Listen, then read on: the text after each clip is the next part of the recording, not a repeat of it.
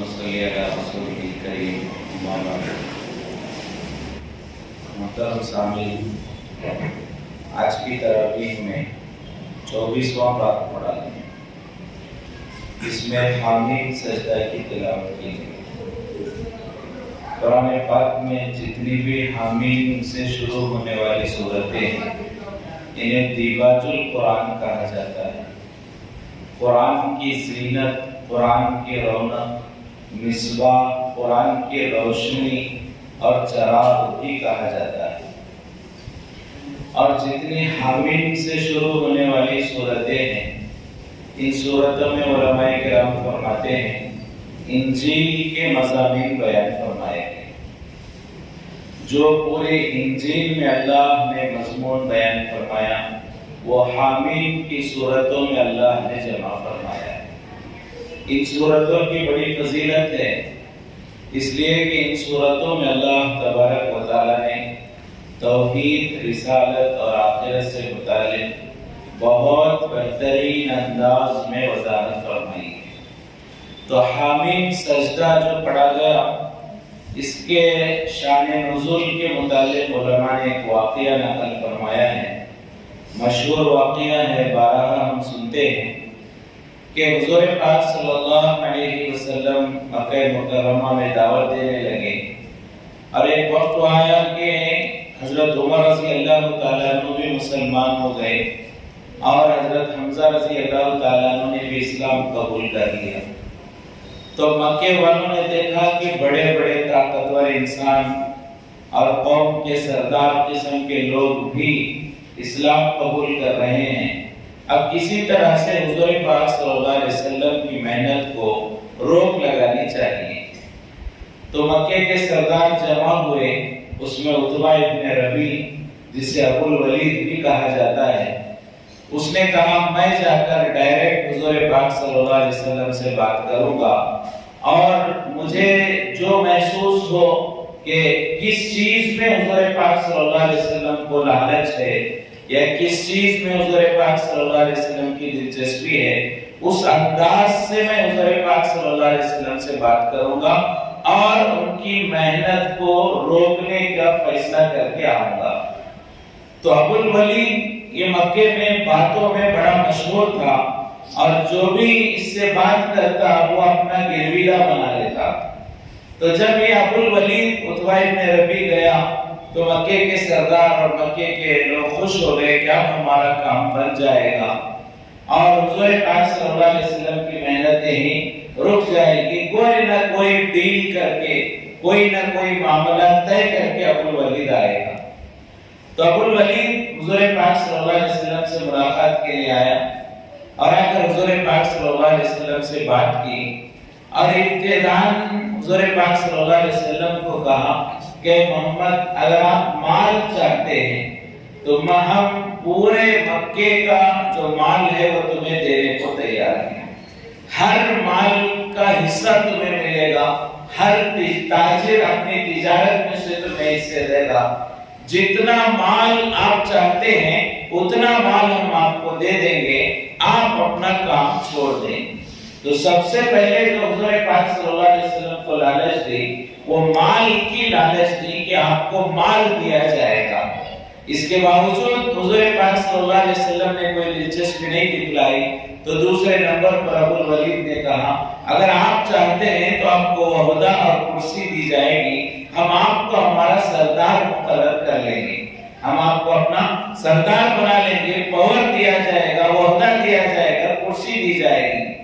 واقعی اگر نبوت نہ ہوتی تو ایسی فرمائشیں اور ایسی چیزیں مکے والوں نے حضور کے سامنے پیش کی، اگر نبوت نہ ہوتی تو ہر آدمی ان فرمائشوں کے سامنے اپنی محنت کو ضرور چھوڑ دیتا۔ یہ تو نبوت تھی، اللہ نے منتخب کیا تھا، اللہ نے یہ ذمہ داری دی تھی، لہٰذا ان لوگوں کے پاس بلکہ تمام انبیاء جن کو نبوت دی گئی ان کے پاس وہ بصیرت اور یقین تھا، اس لیے کہ وہ کام انہیں اللہ نے دیا تھا۔ اگر نبوت نہ ہوتی تو ہر زمانے میں ایسی راحتوں کے آفر بھی آئے اور ایسی تکلیفوں کا سامنا کرنا پڑا کہ بہت سارے نبی اگر نبوت نہ ہوتی دوسرے لوگ ہوتے تو وہ ضرور جو ہے وہ اپنی محنت سے پیچھے ہٹ جاتے. تو حضور پاک صلی اللہ علیہ وسلم کو کہا مال دوں گا، تو حضور نے خاموشی اختیار کی. تو اس نے کہا ہم آپ کو سردار بنائیں گے، اس پر بھی حضور نے خاموشی اختیار کی. تو پھر اس نے کہا کہ ہم آپ کو جو ہے جس لڑکی سے آپ نکاح کرنا چاہیں ہم اس لڑکی سے آپ کا نکاح کرانے کو تیار ہیں. اس پر بھی حضور پاک صلی اللہ علیہ وسلم خاموش رہے. تو آخری چیز انہوں نے کہا اگر آپ کو کوئی سحر ہے، کوئی جادو ہے، کوئی جو ہے آسیب ہے، کوئی بیماری ہے، تو ہم اچھے سے اچھے حکیم کے پاس اور جادوگر کے پاس آپ کا علاج بھی کرانے کو تیار ہے، لیکن آپ اپنا کام یہیں بند کر دیں.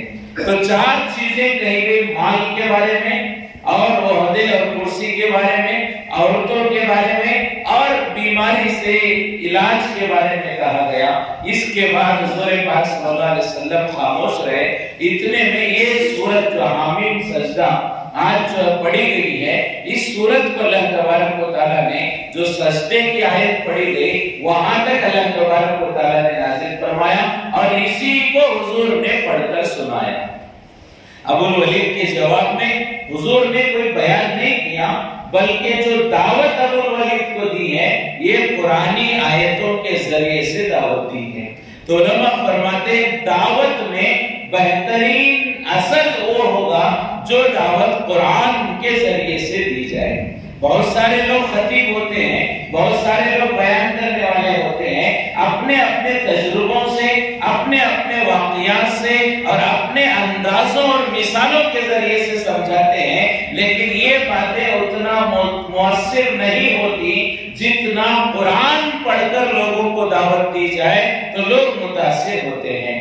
لہٰذا ابو الولید کے جواب میں حضور نے کوئی اپنی طرف سے جواب نہیں دیا، کوئی بیان نہیں کیا، بلکہ حامیم سجدہ کی آیتیں حضور پاک صلی اللہ علیہ وسلم پڑھنے لگے. اس میں توحید کو بیان کیا گیا، اللہ کی قدرت اور اللہ کی عظمت کو بیان کیا گیا، اور اس کے بعد یہاں تک پہنچے کہ حضور پاک صلی اللہ علیہ وسلم نے اس آیت میں اس صورت میں فرمایا جو اللہ نے حکم دیا، اللہ نے واقعات بیان فرمایا کو سناتے ہوئے کہا اگر ایمان نہ لاؤ اللہ پر تو وہ عذاب آئے گا جو قوم عاد اور قوم سمود پر آیا تھا. یہ جو صورت میں آیتیں ہیں وہاں تک حضور پاک صلی اللہ علیہ وسلم پہنچے تو ابو الولید نے کہا اب بس کرو، اس کے آگے سننے کی طاقت مجھے نہیں ہے. لہٰذا وہ فوراً وہاں سے واپس لوٹ گیا. مکے والے انتظار میں ہیں کہ ابو الولید کوئی راستہ نکال کر آئے گا، لیکن جب ابو الولید آ رہا تھا اس کا چہرہ بدلا ہوا تھا.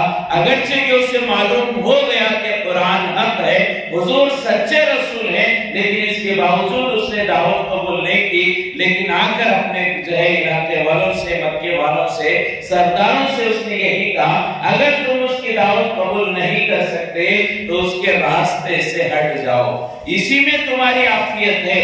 اگر تم جو ہے محمد صلی اللہ علیہ وسلم کے راستے میں آؤ گے تو قوم عاد اور سمود کے ساتھ جو عذابات ہوئے، جو دردناک حال ان کا ہوا، وہی حال تمہارا بھی ہو سکتا ہے. تو ابو الولید نے آ کر مکے والوں کو حضور پاک صلی اللہ علیہ وسلم سے دور رہنے اور ان کے کام کو کرنے کی جو ہے آگاہ کیا کہ انہیں کام کرنے دیا جائے، اسی میں آپ لوگوں کی، مکے والوں کی عافیت ہے. تو اس واقعے کے موقع پر اللہ نے اس سورت کے ابتدائی آیتوں کو، بلکہ ایک بڑا حصہ اس سورت کا اللہ تبارک و تعالیٰ نے نازل فرمایا. تو اس سورت میں اللہ تبارک و تعالیٰ نے توحید کو اور اللہ کی قدرت کو بیان فرمایا. اللہ نے بہت ساری آیتوں میں، بلکہ مکی سورتوں میں اکثر جو ہے قدرت کے بارے میں بیان فرمایا. ایسا کیوں کیا گیا؟ اس لیے کہ قرآن صرف قانون کی کتاب نہیں ہے، قرآن صرف ڈوز اور ڈونٹس کی کتاب نہیں ہے، بلکہ قرآن انسان کی ہدایت، دستور حیات ہے. لہذا قرآن میں اللہ نے صرف ایک کام کرو، ان کاموں سے بچو، اتنا نہیں کہا، اس کے علاوہ اللہ نے اپنی قدرت بھی بیان فرمائی. قدرت بیان کرنے کی وجہ کیا ہے؟ اس کی وجہ علماء کرام یہ بیان فرماتے ہیں کہ جب انسان کے اندر اللہ کی عظمت پیدا ہوگی تو اللہ کا حکم بھی پورا کرے گا، اور اللہ نے جن باتوں سے روکا ان سے بچنا بھی آسان ہوگا۔ مثال دے کر علماء فرماتے ہیں لوہے کو جب گرم کیا جاتا ہے اور جب لوہا گرم ہو جائے تو اسے جیسے چاہے ویسے مروڑا جا سکتا ہے، لیکن ٹھنڈے لوہے پر آپ 1000 ہتھوڑے مارو اس سے کوئی فرق نہیں پڑتا۔ لوہے کے تبدیلی کے لیے اس کا گرم ہونا ضروری ہے۔ تو اسی طرح فرمایا انسان کی زندگی کے بدلنے کے لیے اس کے اندر ایمان کی گرماہٹ پیدا ہونا ضروری ہے، اللہ کی بڑائی، اللہ کی کبریائی کا پیدا ہونا ضروری ہے۔ جب ایک بار دل میں اللہ کی کبریائی پیدا ہو جائے وہ خود نیکیاں کرنے والا بنے گا، وہ خود برائیوں سے بچے گا، اسے بولنے کی ضرورت نہیں پڑے گی کہ نماز پڑھو، وہ خود پہلی صف میں نماز پڑھے گا، اسے بولنے کی ضرورت نہیں پڑے گی کہ شراب سے بچو، وہ خود شراب سے بچے گا، کیونکہ اللہ کی بڑائی اس کے دل میں ہوگی۔ تو اللہ تبارک و تعالیٰ نے اس لیے بہت سارے مقامات پر اپنی عظمت کو اور اپنی کبریائی کو بیان فرمایا۔ یہ آج کی جو سورت پڑھی گئی، اس سورت میں اللہ تبارک و تعالیٰ نے چند آیتوں میں بیان فرمایا کہ اے میرے حبیب آپ کہہ دیجئے اِنَّكُمْ لَتَكْفُرُونَ، کہ حضور پاک صلی اللہ علیہ وسلم سے اللہ فرما رہے ہیں آپ کہہ دیجئے لوگوں سے، انسانوں سے، کیا تم اللہ کی نافرمانی کرو گے؟ کیا تم اس کی نافرمانی کرو گے جس نے زمین 2 دنوں میں پیدا فرمایا؟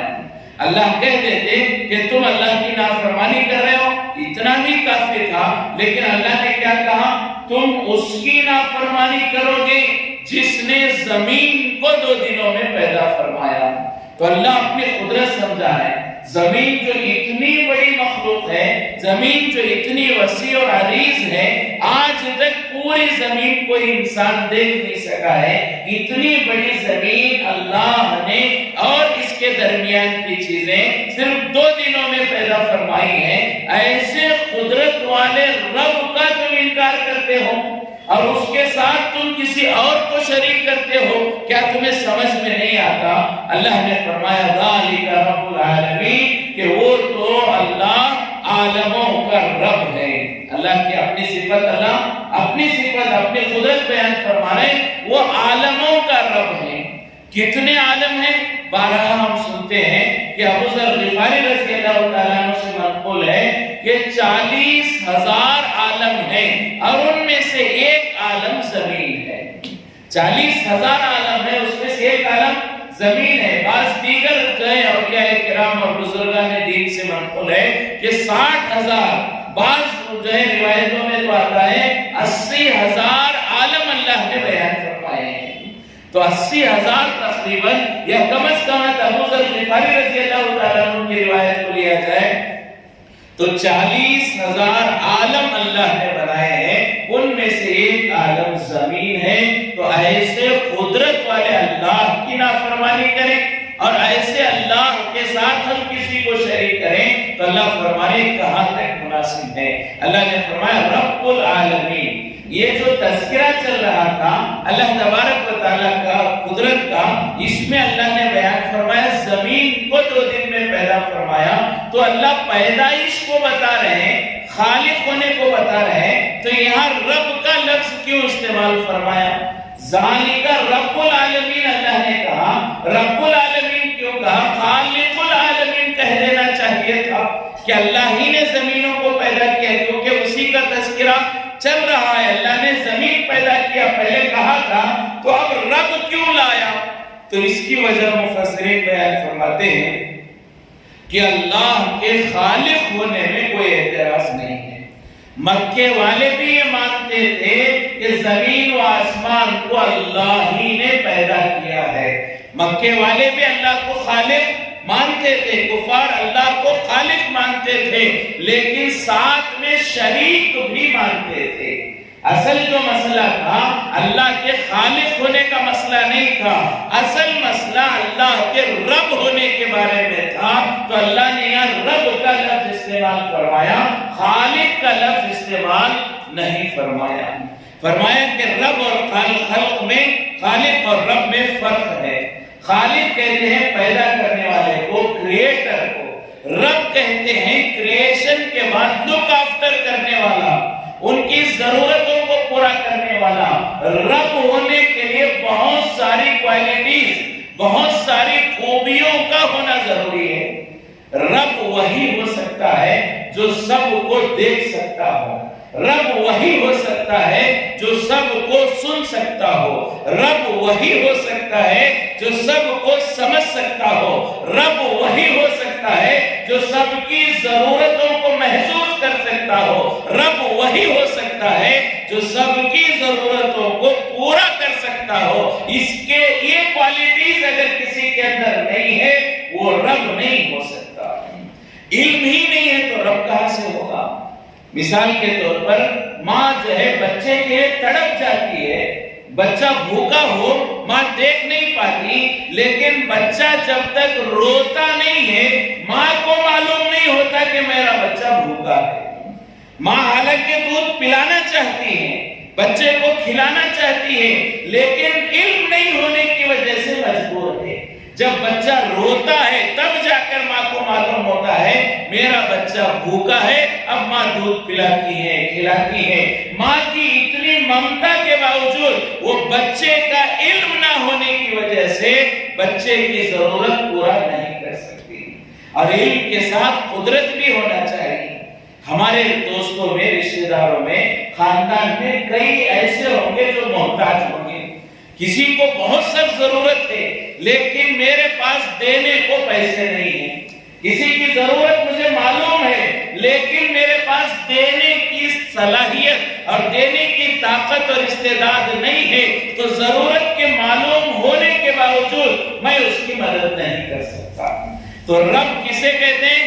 جسے ہر انسان کی خبر ہو، ہر مخلوق کی خبر ہو، ہر چیز کا علم ہو اور ہر چیز پر قدرت ہو، اسی کو رب کہا جاتا ہے۔ تو اللہ تبارک و تعالیٰ نے فرمایا اللہ ہی رب ہے، اللہ کے علاوہ کوئی رب نہیں ہو سکتا، اس لیے کہ ہر مخلوق کو اللہ ہی نے پیدا کیا اور ہر مخلوق کی ضرورتوں کو اللہ جانتا ہے اور ہر مخلوق کی ضرورتوں کو اللہ ہی پورا کرتا ہے۔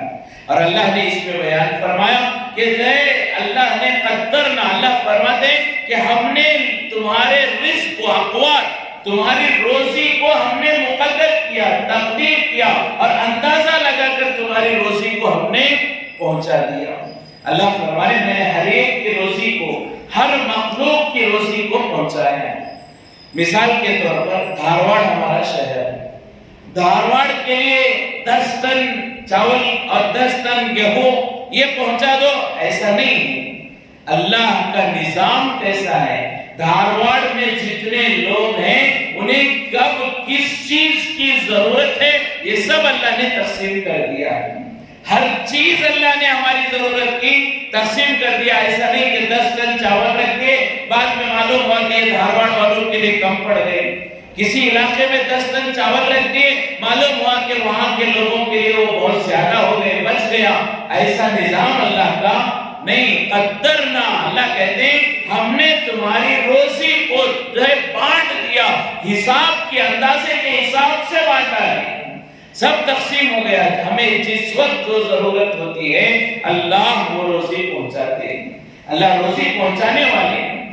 آج انسان کما رہا ہے، آج میں بازار گیا، چاول خریدا، تیل خریدا، راشن خریدا، سبزی خریدا، گوشت خریدا، معلوم نہیں کل کون میرے گھر کو آئے گا، کس کی روزی ہوگی جو میں بازار میں دھوپ میں پھر کر خرید رہا ہوں۔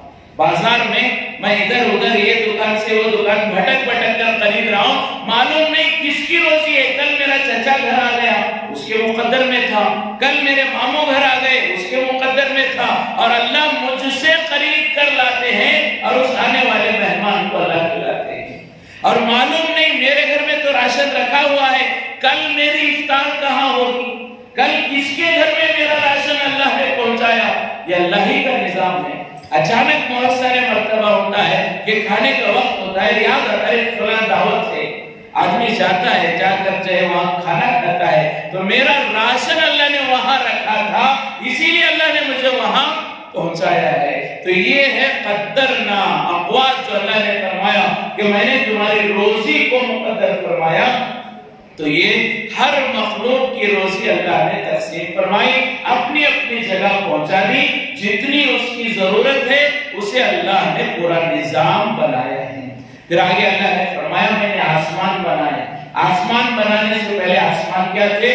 دخان۔ اللہ فرماتے ہیں کہ آسمان جو ہے بخار کی شکل میں، دھوئے کی شکل میں تھے، لیکن اللہ نے اپنے قدرت سے ان آسمانوں کو بنایا، اور آسمانوں کے زمینوں کی پیدائش کا اللہ نے جو ہے پورا وقت بیان فرمایا کہ میں نے زمینوں کو 2 دن میں پیدا فرمایا، آسمانوں کو 2 دن میں پیدا فرمایا، اور یہ روزی وغیرہ کا ہر چیز کے تقسیم ہونے کا اللہ فرماتے ہیں کہ میں ان کے درمیان میں ان کی تکلیف فرمائی۔ تو یہ پوری قدرت کا واقعہ اللہ تبارک و تعالیٰ نے بیان فرمایا۔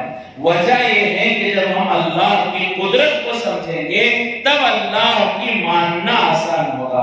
بہت سارے لوگ ہم سگنل میں جاتے رہتے ہیں، رات کا وقت ہوتا ہے، کوئی پولیس نہیں ہوتا دیکھنے والا، لیکن سگنل پڑ گیا، لال بتی نظر آ گئی، ہم کھڑے ہو جاتے ہیں۔ کیوں؟ کیونکہ وہ سگنل نہیں، اس کے پیچھے کی طاقت ہمیں روک رہی ہے۔ یہ گورنمنٹ کی مخالفت ہوگی اور میرا چالان کٹ جائے گا، مجھے پریشانی ہوگی، مجھے پینالٹی بھرنی پڑے گی۔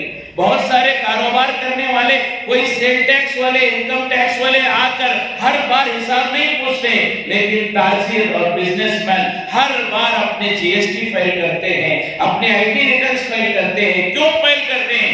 اکثر و بیشتر پوچھنے کے لیے تو کوئی نہیں آتا، لیکن کیوں فائل کرتے ہیں؟ پیچھے گورنمنٹ کا ایک ڈر ہے، آج میں فائل نہیں کروں گا، کل مجھے اس سے نقصان بھگتنا پڑے گا۔ جب گورنمنٹ کا ڈر ہوتا ہے، آدمی آئی ٹی ریٹرنز بھی کرتا ہے، جی ایس ٹی فائل کرتا ہے، سگنل میں پابندی کرتا ہے، ہیلمٹ پہنتا ہے، گاڑی کے کاغذات صحیح رکھتا ہے۔ یہ سب ہوتا ہے جب گورنمنٹ کا ڈر ہوتا ہے۔ اسی طرح جب اللہ کا ڈر ہوگا، اللہ کی محبت ہوگی، اللہ کی کبریائی ہمارے دل میں ہوگی، تو زندگی گزارنا انسان کے لیے آسان ہوگا۔ اس لیے اللہ نے بہت سارا حصہ قرآن کا اپنی قدرت بیان فرمائی۔ علماء فرماتے ہیں، بڑے بڑے مفسرین فرماتے ہیں 6600 آیتیں جو پورے قرآن کی ہیں، تقریباً اس میں سے تقریباً 400 آیتیں صرف احکامات کی ہیں، ورنہ 6200 سے زیادہ آیتیں وہ صرف اللہ کی بڑائی کے متعلق ہیں۔